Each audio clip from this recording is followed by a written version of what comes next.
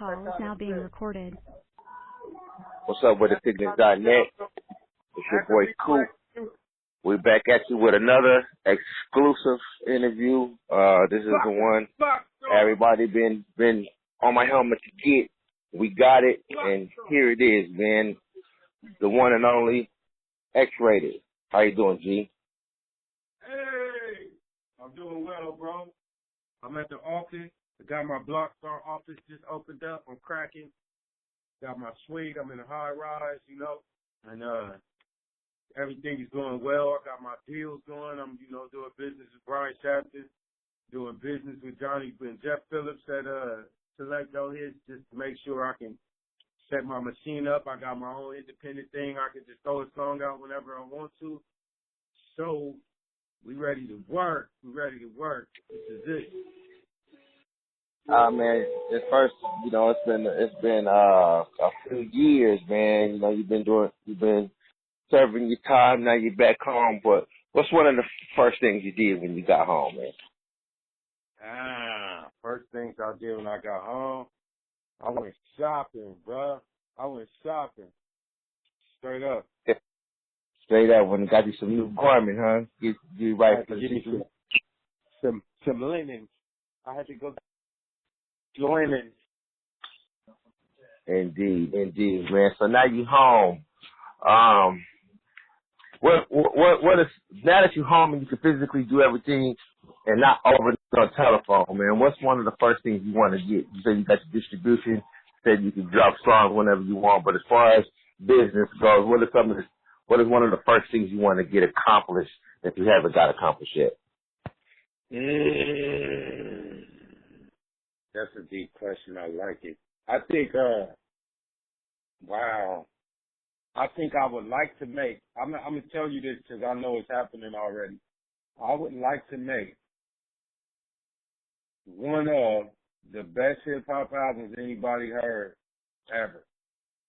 And I think we got it. There's no question that we got it. And so right now what I would like to accomplish is the most crispy mix and master that we ever had. And I say we, like, I'm from under the underground. I ain't even somebody calling me an underground artist is not understand. It's like calling Satchel Paige a baseball player, like a major leaguer. He was in the Negro League. He wasn't even Triple-A, he ain't with Jackie Robinson. I was under the underground in the pen. I had to rap from hell to penetrate just to get to the underground, nevertheless a mainstream. So what I mean by us, that's what I'm talking about, us, those of us from the struggle that really started from the ground up or under the ground up. I want to make one of the crispiest records they ever heard, like Thriller crispy, Purple Rain crispy. And so sonically, my greatest goal is to have clarity on the sounds, the cymbals, the snares, the hi-hats, the vocals. I want crispy. Even not just what the beat is the beat dope? Like, okay, the beat is dope, but is it crispy? Is it mixed right? So I got Robert Rebeck doing my mixing. People know him from doing Technology stuff, his Strange Music at Chapman Recording Studios, Kansas City, Spartan. So he's doing that for me. I got my guy Paxton working with me for Nexus Audio in Oakland, and then I ship my stuff to Brian Gardner at Bernie Grubman in Hollywood. So we spending bread. And that, to make sure it's right. I think that was one of the biggest shocks for people that I came home and chipped up. I don't know what they top, but that's what it is, bro. Crispiness. You mentioned Strange Music just a minute ago. I don't want to get no rumors started, and I don't know if there's been thrown out there or anything like that, but is there a possibility that you will be working with the label? Or maybe your first official release or something since you've been home? They haven't hit me up. And but I love Tech Nine. I ain't gonna lie, I've been aware of his movement the whole time. He was on like one of my lists of dopest MCs when I was writing for Murder Dog. But I could tell you this though. Back in 2009, 2010. I sent my people at Strange Music. I sent Jesse Cavalier, and I had my wife hit him up. And I told him I would like to do some music with them. I tried to hit him with I think it was Dave Warner. I tried to hit him with what became Unforgiven Volume 3, which was a phenomenal record, especially from where I had to do it at, and would have been even stronger if I had their backing. And then I think the Sacramento, the Star Stuff, and Psychoactive 2. Like those 3 records, I tried to do a deal with them. And their response was, that they didn't, because I think it was because I couldn't tour. It ain't nothing hard feelings about it, but they felt like because I couldn't tour, I may not have been in a viable circumstance for them to deal with. And so I'm one of them niggas, I'm like an elephant, bro. I got a long memory. And so for me, the likelihood of me fucking with strange music now that I'm home and they wouldn't fuck with me while I'm in the pen is not high, bro. That's not a high likelihood. And I mean, they fine, they don't need me. I love them niggas. I love King Ito, and I use that word literally. I hollered at that brother, on my own to let him know how I felt about his work and what he was doing and what his movement is. I love his spirit. I feel like I am King Ito and King Ito is me. And that's Aunrae to King Ito, now that's Ray. That's what Aunrae Brown believes about that brother. So I don't got no disdain for none of them. But what I feel like in terms of administration and business and people that make decisions based on numbers as opposed to art, I feel that you rock with me when I was in my worst case scenario, and I rock with you when I'm in my best case scenario. So it's too late for me to do business with a strange music. Period. Respect it. I got a lot of questions from the Siccness members on the forums, man. So every now and then I'll be throwing one out there to you if we got time for it. But I got my first one from Siccness Administrator, bitch, please. You want to know, man, through your whole entire time of being locked down, how many songs did you actually write? Man, nasty. I think that's an easy one to know, really, because right now I got our last count. We're doing a count right now for my catalog, and our last count we were at almost 500 unrecorded songs that I got right now, unrecorded. And if we just look at iTunes, I got almost 300 on there that we've managed to put out. And then I have maybe another 200 unreleased that nobody ever heard. So I'm pushing a clean 1,000 songs right now. If you say throughout the experience, my number is at 1,000. But if you say the 300, that's 700 unreleased songs that I got right now. I got the 5 that I'm sitting on right now, work my way through, and the 300 and the 200 actually that we have is recorded, but I haven't put out. And so I'll probably have to make that again because that stuff wasn't recorded in the best way. Nowhere near like what I'm doing now. Going to Nexus Audio, people that see my Instagram to see I'm working out of the Starship Enterprise. So, I'm laying vocals at a high level. And obviously I would want to re-record anything that I did before, but the number is easily at 700 right now. Will you be used? Well, that brings me up to the next question from another Siccness member, that player, also added to it. That you got so many songs, and you coming home, you're in a fresh new environment. Your thought process is probably a whole lot different. Are you gonna be maybe just coming with all new material and possibly just shelving a lot of the old unreleased stuff, or you will be mixing and matching both new and old? I think I'm going to do a combination. This is why. I've written stuff and parked stuff that I believe, I like to time travel, and I believe we all can. And what I mean by that is I like to envision a future for myself, like winning a Grammy or, putting on for the West Coast, like taking, Sac all the way to the Grammys and being there on that stage and what I would want to perform there and what I would want to say when I won my Grammy. I travel to that moment and wonder, what does that feel like? What song do I leave while I'm standing here? I'll time travel to that sensation and get a bar of that. And then I'll come back to 2018 with that sensation and I'll knock that song down.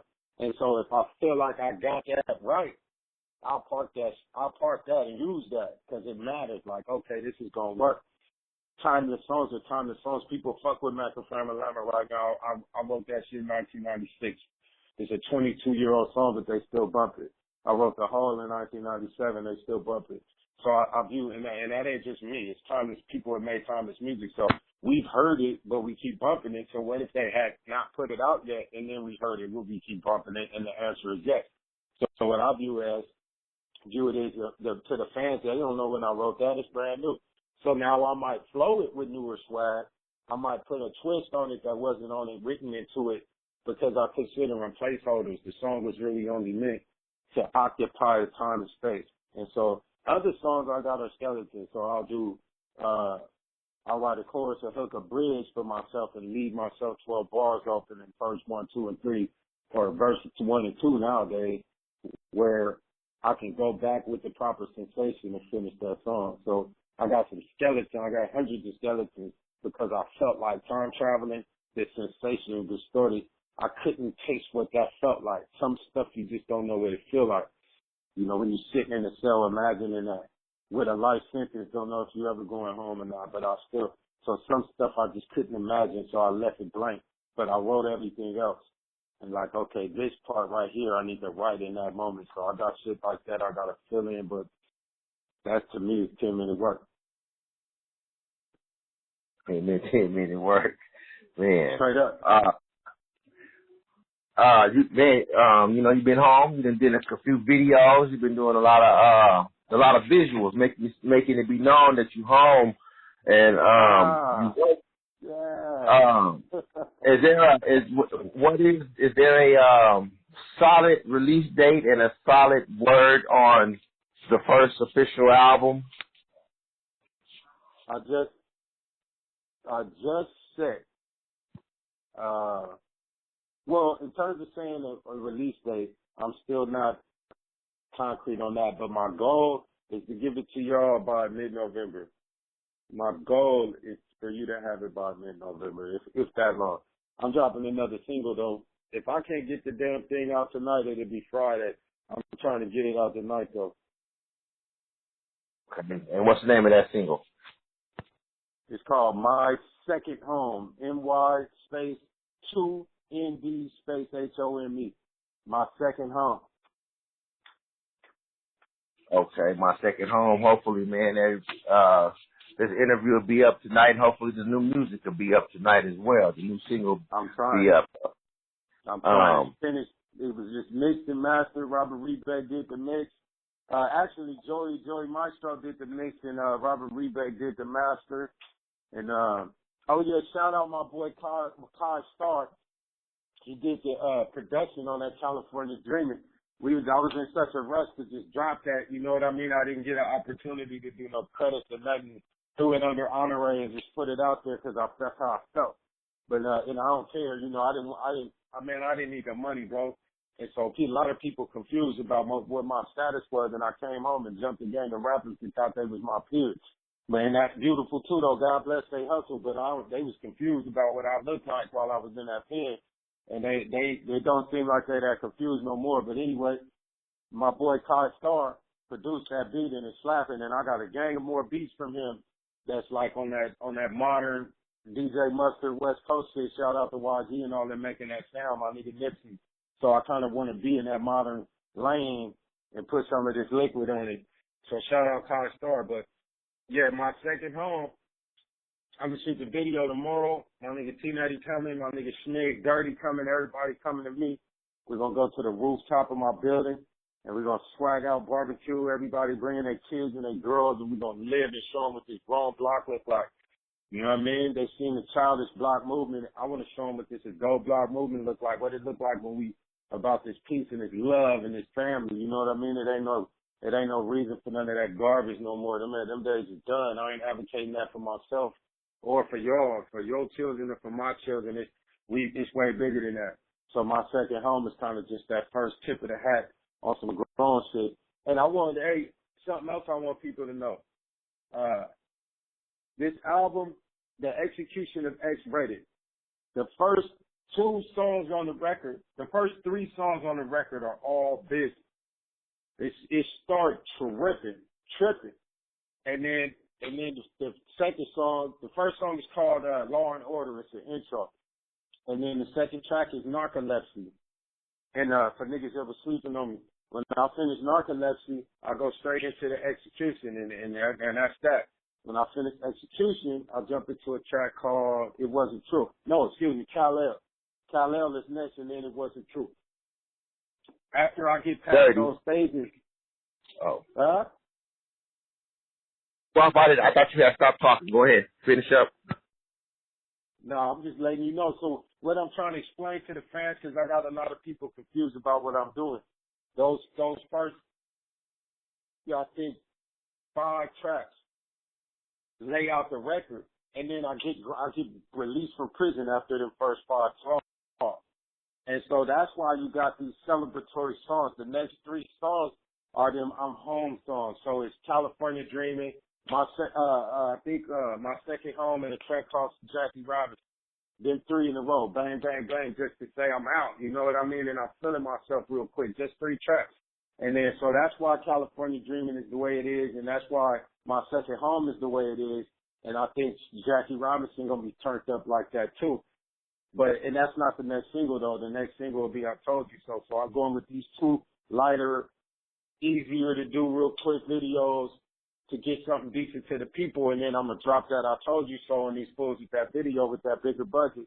And we ain't going back after that. It's all good. So just they need to bear with me. I know what I'm doing. I'm doing this for my family and for my celebration, these 3 records in a row on the album. And then after those 3, my mama started talking to the fans and to me about what she believed I could be, and then Mom's telling me to go get it. She told me go out there and make it happen. You bring it home, bring a Grammy home to me, bring a crown home to me. And when Mama tell me that, I get on my LL Cool J and just smash for the rest of the record. The whole album after that is tripping. And so don't nobody need to be confused about that. I'm on my Aunrae Brown, but I'm not abandoning the intensity of X-Rated Flow or the intensity of X-Rated Ink Pen. I'm just abandoning the X-Rated Psychology. Okay. You mentioned Smig Dirty previously, man. We know he's also a Garden Blocker. And the Siccness fans, man, Aunrae fans, X-Rated fans, they want to know specifically. We seen in the video the first video, he has Brother Lynch in there, T-Nutty and things like that. The neighborhood. But they want to know what your relationship is like today with C-Bo. Will there be any future work between you guys and the rest of the members from the Garden Blocc, like Brother Lynch, T-Nutty, and whatnot? Straight up. Yeah, let me make this clear, man, and we're not going to play no games about it. Shawn Thomas is my big homie, and I love him. I'll bleed over him, die over him. That's my big homie, and I love him. And it ain't gonna never be nothing else other than that, as far as I'm concerned. And that's no matter what level it went to with me and him. So that's all there is to it. And so as far as I'm concerned, we gonna work as soon as he's ready to work. Period. I'm gonna always work with Bo. I'm gonna always be with Bo. It's always gonna be Bo and Aunrae, Bo and X, whatever it ever was. Period. To the day I drop. That's my nigga. And I don't give a fuck what nobody thinks, say, what nothing. Don't matter to me because I'm not the type of person to do no wiggling when it come to my loved ones. So I feel like, it ain't nothing as far as me and Bo having conversations or how we feel about certain aspects of the game. Them is all personal in-house things. And I'm one of them niggas that come from the culture of nigga, you can just squabble with your niggas if you got a problem, you know what I mean? I don't got a problem squaring up with a Bo or anybody else over some type of disagreement that we got or didn't have. So that's a different thing. But in terms of you talking about my heart and spirit and Shawn Thomas and Aunrae Brown, man, I love that nigga. I walked the yards with that nigga when niggas wanted to kill him, and we went out there together and didn't give a fuck, nigga. I had a whole hood after me, and he had a whole hood after him, and we went out there in the middle of them like, what's happening? And that's on my mama. We did that together. And so, that ain't the type of shit you can forget. I was in the cell with him when the 2 CO bitches came to the door crying, talking about Tupac died. And I remember, just the way he felt, because he was close to Pac. He was Tupac's rapper. And so just being there with him when that happened was a bonding experience. And I'll never forget it because it was Friday, September 14th of 96.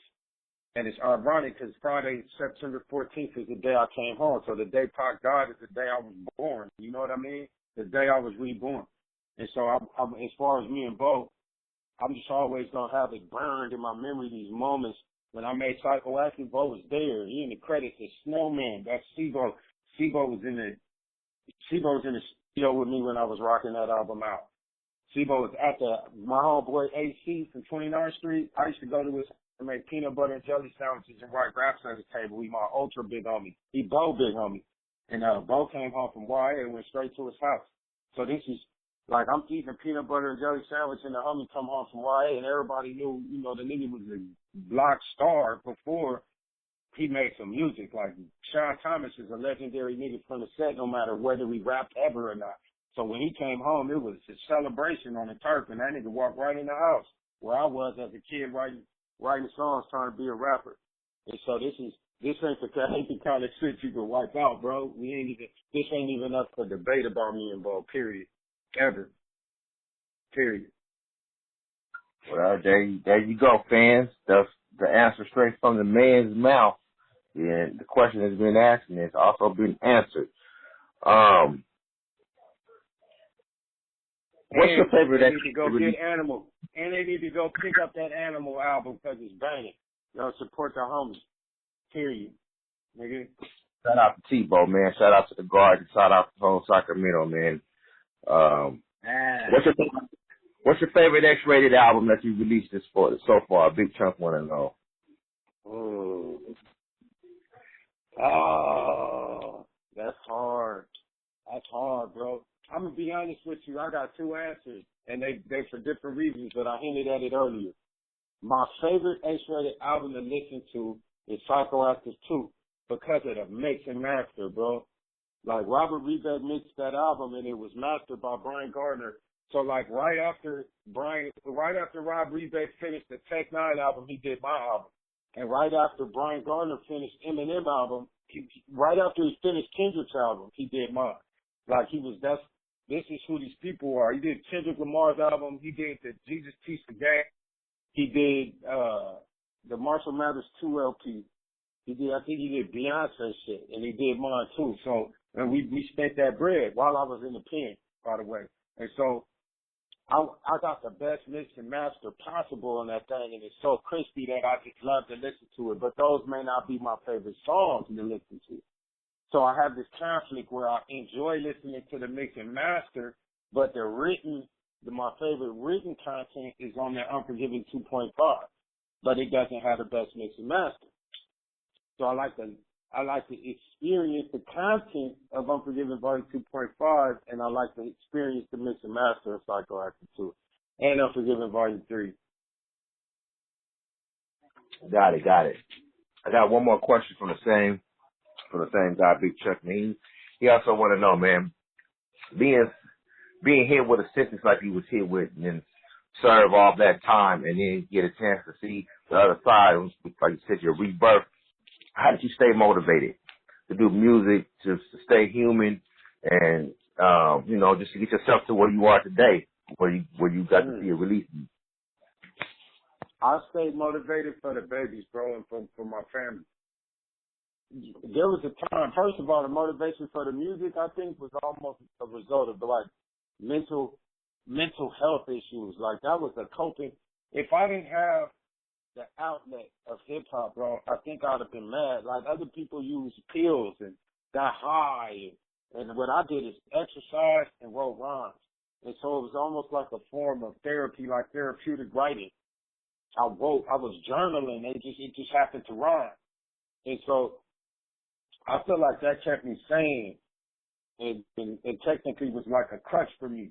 And so I buried myself in hip hop, listening to what people put out. Like I bought everything. My people used to send me just hundreds of albums, and I just listened to music.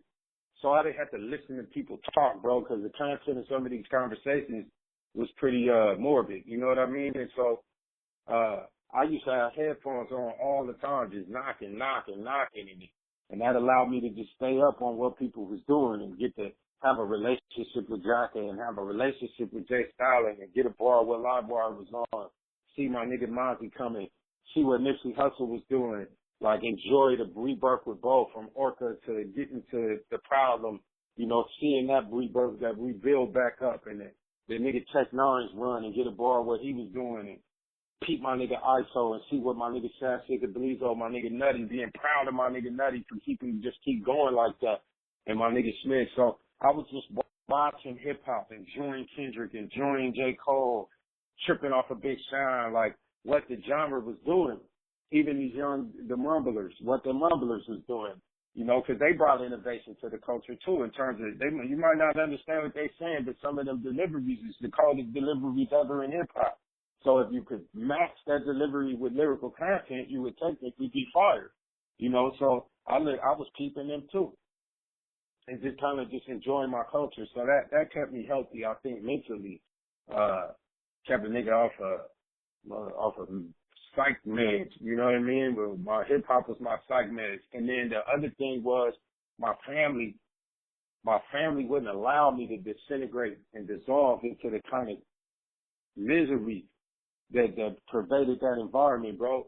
And so like if I call home and my spirit ain't right and I want to talk to my wife or my daughter or my mom, I'm bringing this negative ass energy into their lives, and they may have just left somewhere fun and beautiful, and then I'm just like, what's up, you know, what's going on, or, you know, I got this fucked up ass attitude.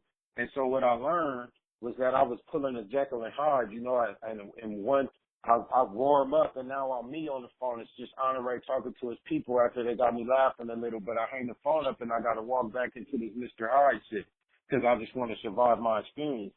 And so that split of your personality was so drastic that wasn't healthy either. So I made the decision that everybody just got to meet my mama's son. Everybody just got to meet my wife's husband. Everybody got to meet my daughter's dad. And then what that'll do is allow me to just be that one person and be whole and healthy. And, you know, so I started encouraging my brothers to do that. Bro, take that mask off so you don't got to sometimes forget you got it on when you're talking to your mama, but you still wearing your mask. Is your mama talking to Batman or Bruce Wayne? So I'm just Bruce Wayne all the time, bro. Deep.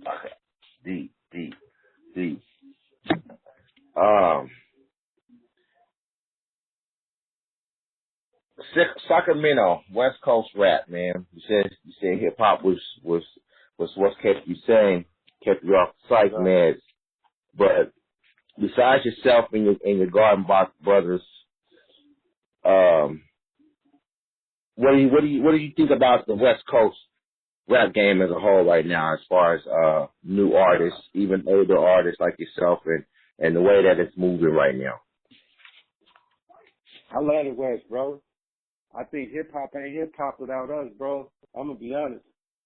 I love other people's, you know, and hip hop wouldn't be hip hop without the South. Let me give you that, because my daddy's from Alabama, and I brought some of that pressure with me. And my mama was born in Texas, and so my travels to Texas, I brought some of that Waco, Fort Worth, Dallas with me when I came home to California. And so I got that in my liquid. And even 40 Wiggin in Louisiana brought some of that back in. It's in his liquid, you know. But anyway, as far as I'm concerned, we healthy, bro. The Yay Area is the bomb. The niggas is out here working. You know what I mean? And niggas in San Diego working. And they in LA working. So in terms of the health, like we got some young niggas in Vallejo cracking right now. It's a bunch of people in Sac on fire. My nigga Blue, the nigga Mozzie, my nigga Lab, nigga, this young blood in the game right now. So I'm loving that. My nigga Nutty. I want to see my nigga Sav and Bleeds on a little bit tighter, just a little bit more concentrated with the lyrical content, because we know they rap ninjas. But I want to get into some personalized executive production with them to dig into the nigga, who are you shit. Nigga, talk to these people. Brandon Wade is one of the best rappers alive. I think the little nigga can take anybody. I'll put 100 stacks on him against anybody. But I need niggas to know who he is as a human being.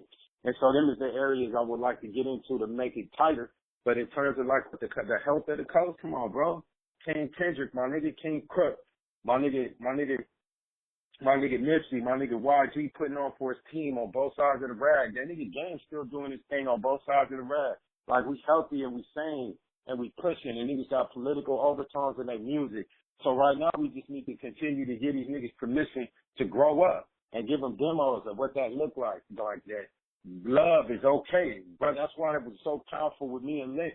And I named it Black Brother, what Black Brotherly love looked like. You know, I hopped in the bed with my brother, you hear our wives in the background laughing. Because I got my brother smiling and feeling strong, you know what I mean? And I just need a spirit to stay that way. And so do we know that we connect to each other in ways that allow us to transmit that energy to each other? And do we know that we can do that on purpose? That the human being is the single greatest transmitter of energy and receiver of energy in the known universe. The same molecules in the sun is in the human body, bro. The same power of an atom is in your blood. So for somebody to not know that they can infect somebody else with an energy is a significant form of ignorance and a failure on us to transmit that knowledge to each other, because we used to tell each other that once upon a time. We could still find evidence of that on the face of this earth, that our people communicated these types of things to each other, these facts.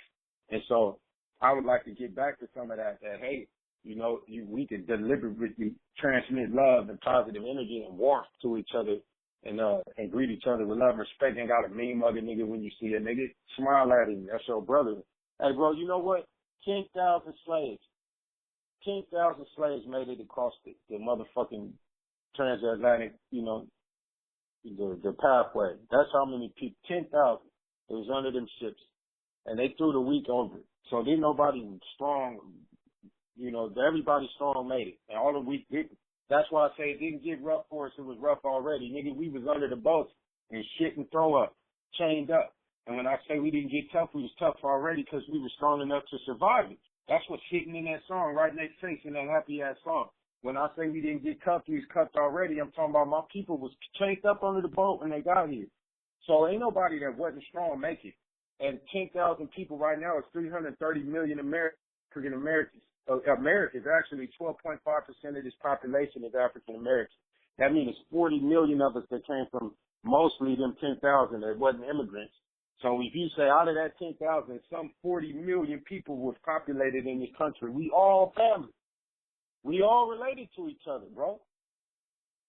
Everybody. That's whether you on the red side, yeah, it's the truth. 10,000 people populated 40,000 people. That's what happened. We didn't magically transmit ourselves to this goddamn country. So that means you my brother, literally you my family. I don't know who was an aunt and an uncle, a brother and a sister on the bottom of them boats, bro. 10,000 people. Was they related to each other? Fuck yeah, they would have to have been related to each other. So we all relate, even if they wasn't related to each other, when they finished sleeping with each other, we was all related to each other. So the bottom line is we all blood. We all got the same blood. We all got the same DNA, and we tripping with this genocide. So the truth is, if you on the red side of the rag, and you repping that blood, or you on the blue side of the rag, and you repping that blue blood, your blood is blue before you get cut, bro. The only reason your blood is red is because you've been injured, because it's hit the air. Oxygen is the only thing that turns blood blue, or blood red, period. So we all coming from the same thing, and we misusing this psychology as a reason to hate each other, bro. And I'm actually sick of it, and I was one of the greatest proponents of it. So I'm on my Paul. You know, he was one of the greatest killers of Christians, and then turned into one of the greatest leaders of them. And I'm saying I was one of the greatest motherfucking advocates of ignorance and gangbanging that you could possibly find. And here it is. It's me telling you that we was tripping, bro. I just did 26 years worth of evidence that we was tripping. Hey, and here's another secret they don't tell niggas. And my niggas from the Yay know, my Kumi niggas and my Jama niggas know this fact. When you to the pen, when I got to the pen, bro, level 4, new folks in 180 design, we was in a war with the Southsiders and the whites. And even though we was in a war with them, the Southsiders still sent me envelopes of coffee and deodorant because the blacks couldn't get to me out of respect. This was the respect they had. But the bottom line is it was a blood Bay Area beef. But the Crip gang leaders came and told us that if we didn't help them brothers, we was all going to get stabbed. Mandatory Crip participation in blood and Bay Area politics because it was a black thing. And I said, my nigga, I just got 31 in life for trying to kill some blood niggas. And I come to the pen and you tell me I would have had to help them same brothers in a war on the yard. Why would you not be telling that to these kids, bro? It was the most consistent thing. It was horrible, bro. I got goosebumps right now just telling you that. I did some ignorant shit and on behalf of what I believed in for my brothers, only get to the pen to be told that I got a rock for the niggas that I was trying to kill. Mandatory participation or face death from your own rag, nigga. So you get over that real quick, because what happens is you get into some circumstances, and it was a blood that saved my ass. I was in a riot and a blood from Cedar Block Pyru named Bo ran across the yard to help me, and I didn't even know it was him until we all was laying on the ground. Bo from Cedar Block Pyru ran across the yard to help a Kiwi against the Mexicans, bro. And I love them. I'm not advocating. This is a specific insanity that I had to survive. So I'm not saying this story out of no hatred for my Hispanic brothers. I'm just telling you what I had to survive. It was Game of Thrones. And so that'll wake your game up on who your brothers are, because it was a Cedar Block Pyru from Compton that ain't got nothing to do with no Southside Sac Garden Block. And that brother ran across that yard 150 feet to get to me to make sure I was straight. And when he ran, his brothers ran with him and came to help too. And they didn't come to help me, they came to help him. So I gotta salute that brother for the rest of my life. Straight up. So is that the incident that has driven a lot of the conversation about you going to the PC yard and things like that? Nah, hell no, that was a different one. But that brother actually was there for that too. His name was Bo. And I think Anthony Castillo from Cedar Block Pyru.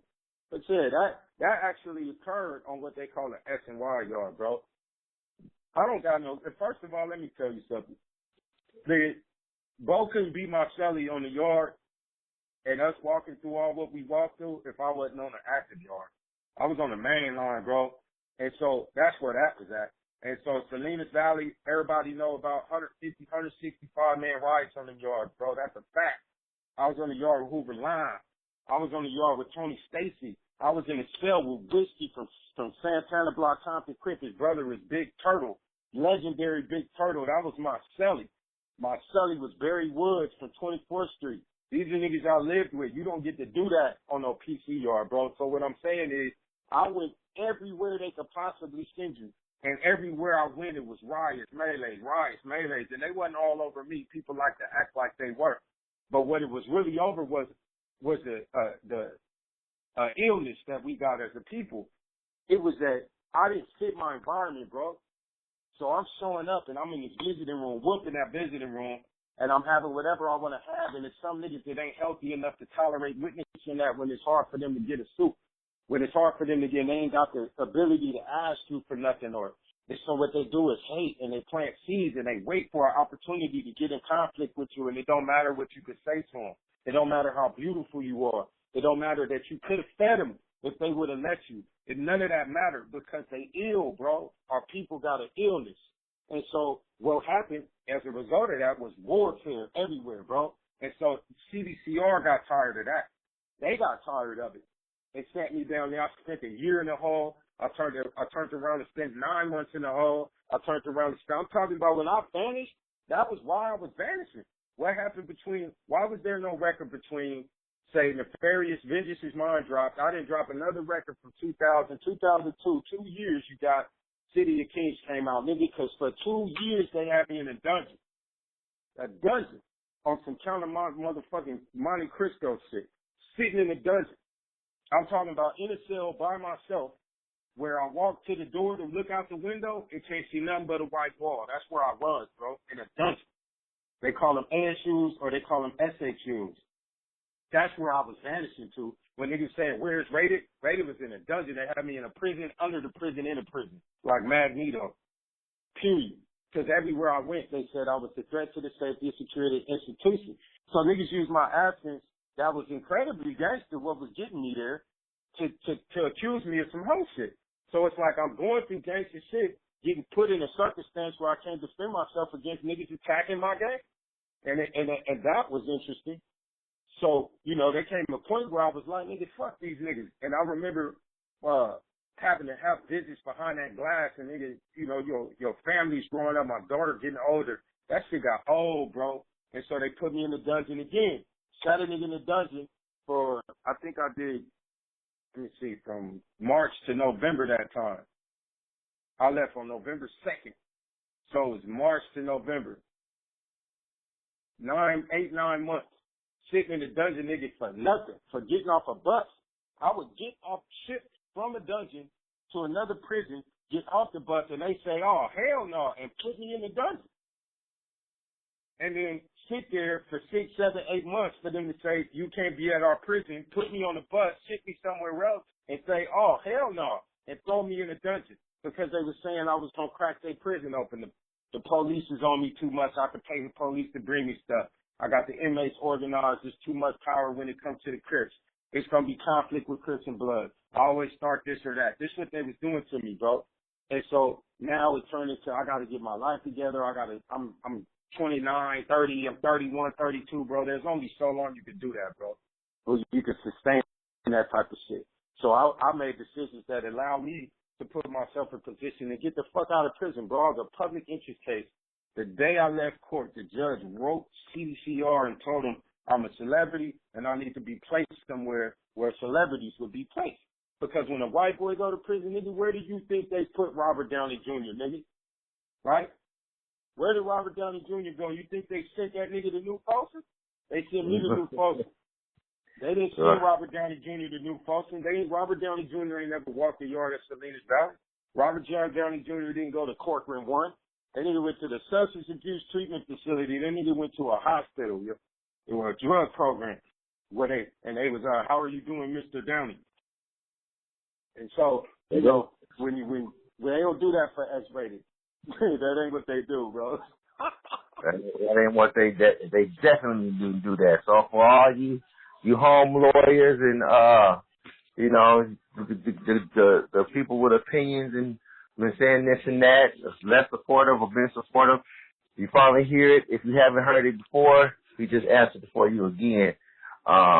We on to the next topic, man. The next topic is there go my nigga Marshawn Lynch, cuz.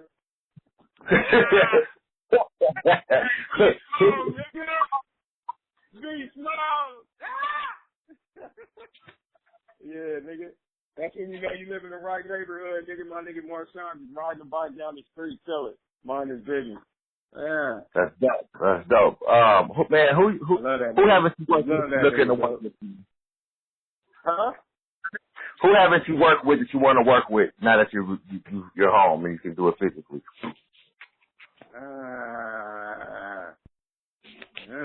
Interesting. I don't know, bro. I got a sensation in my spirit. I'm gonna be honest, man. I came home to do me, and it's a very short list. If it ain't a few niggas on it, you know, like if people sending requests for hooks and bird verses and shit like that, and I'm doing that because I love niggas, bro. I'm gonna be honest, you know, like I said, you gotta rock with your people mandatory program, and so. I can't come home and be like fucking nigga from Stockton or fucking nigga from Bakersfield or Reading or fucking nigga from LA. You want to do a song, holla at your boy for they shit. I'll do that for they shit. But if you talking about who gonna get on my shit, I'm on my J. Cole. I'm on my J. Cole, bro. All right. Like an Aunrae album is featuring X-rated. All to the next. Nah, I got T-Nutty gonna be on there. Smig is coming. We're gonna record tomorrow. My nigga, I'm trying to get both. Let to be on there. Who else? All my block niggas gonna be on the record, bro. Smig is coming.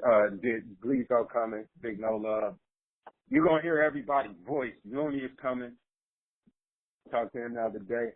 So everybody kind of gonna be on there. We kind of looking. We've been talking shit like we call ourselves Wu Gang, like Wu Bang, Wu Bang Clan, nigga. You know what I mean? We the West Coast Wu Tang, and so we kind of just we got months too, Shaolin months for real. We really do though.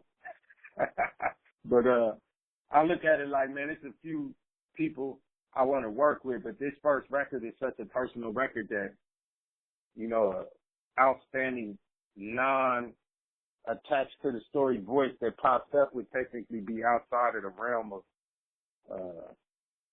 reality. It wouldn't really fit the story because it's a story. And so, like, nigga, where the fuck is I love Big Sean, and I want to do music with Big Sean, but where the fuck does Big Sean go in the execution of X-Rated? It's a story about my life. This nigga wouldn't have nothing to do with that. So it can't be this record for me to do features with artists that are established. Like, but it's niggas, I want to work with Jay Style, and I love his music. I want to work with, nigga Rich, Filthy. I want to work with a bunch of niggas I want to work with. I definitely want to work with Nipsey. I think that nigga one of the rawest niggas breathing. I like to do some kung fu with Kendrick because I believe he one of the only niggas really could tolerate me on the mic. And so I like to do that and make a phenomenal song for the people with some unusual deliveries and shit like that. And that's a goal of mine. It would be an honor to work with the young man. He gave me a shout out on his last album, so I feel like, we close to that being a reality.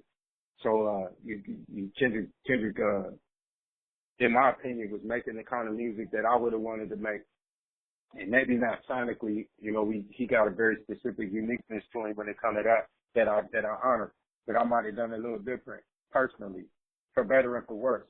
And so that's that. But in terms of listening to him, he was pushing lines that I was pushing too.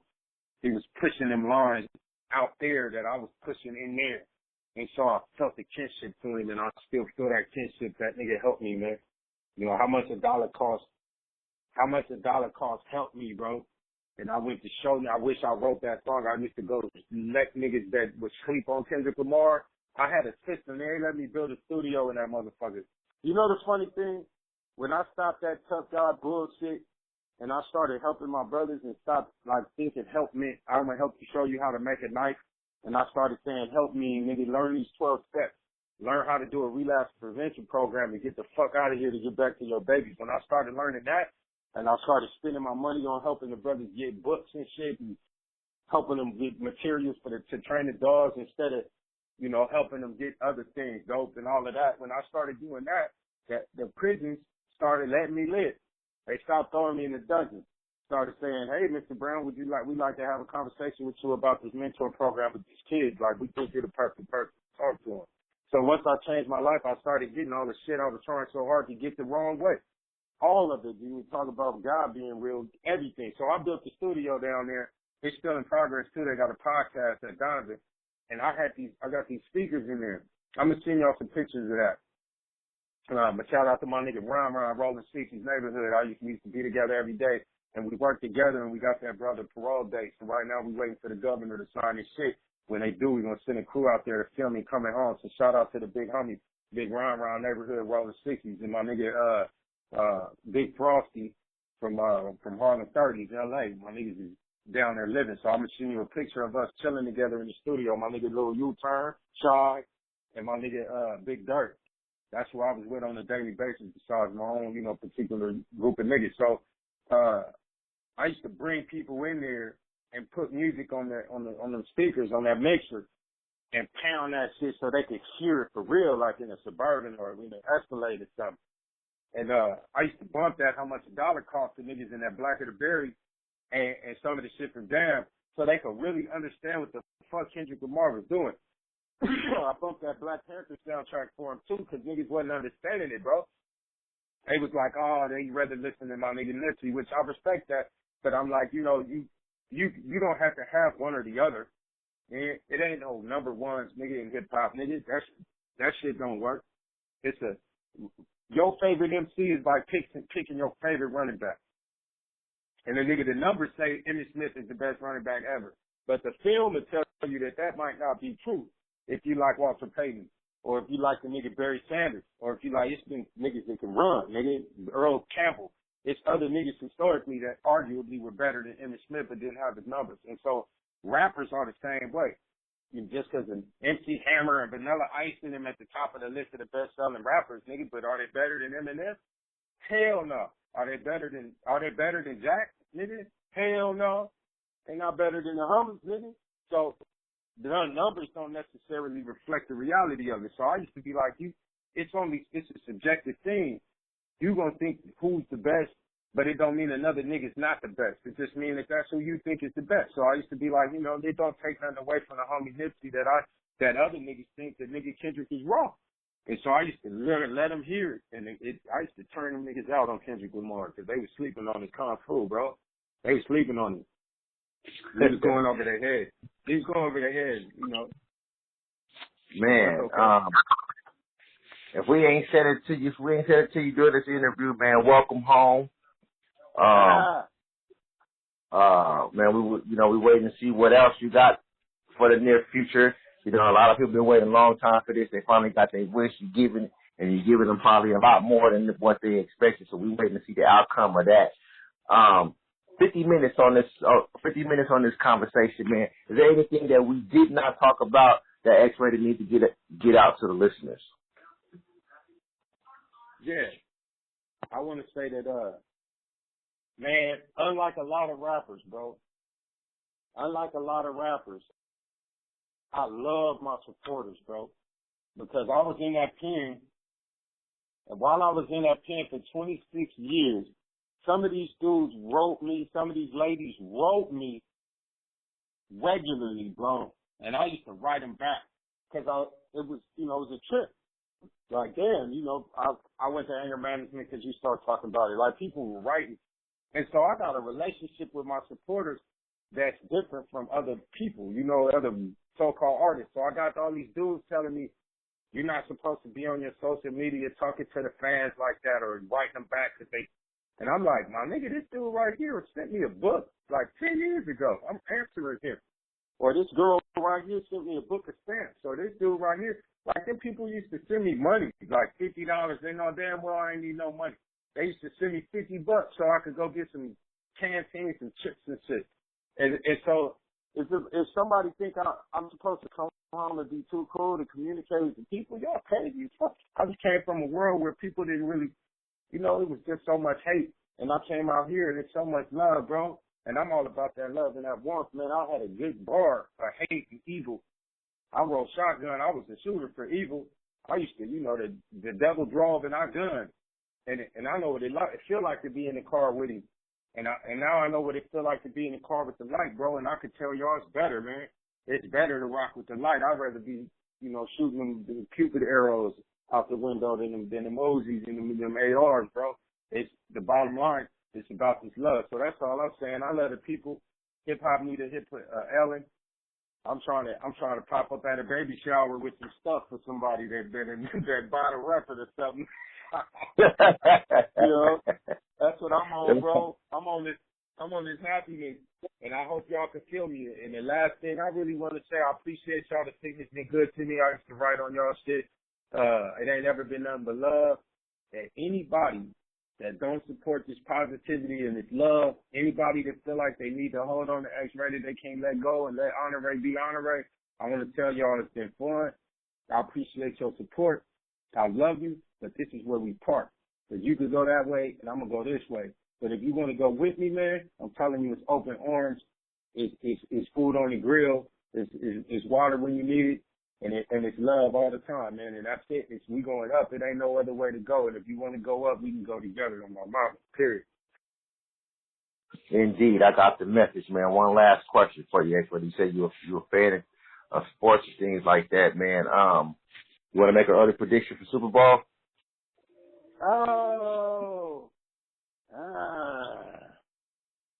A prediction for the ball. That's nasty. I kind of been checked out. I got out on the 14th. After that, I got the first game, and then I got out, bro, and it's been all go. I didn't even know this game's been on. Like, I got a part of ESPN last night on my way to sleep to see what the Patriots is, what happened with that. But honest to God, bro, your guess is as good as mine. I know it ain't going to be the Niners or the Raiders. So, let's say this. Them Eagles look like they still got it, bro.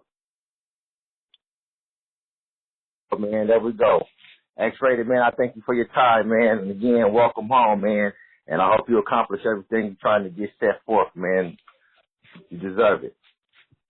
Thank you, brother. And I hope to be able to communicate with you again when I jump to this next level, because we about to take an elevator real quick. And y'all been a part of my journey, and I'm going to keep it that way. I ain't going to never be too big for y'all, bro. When we get to Saturday Night Live, I'm still fucking with you.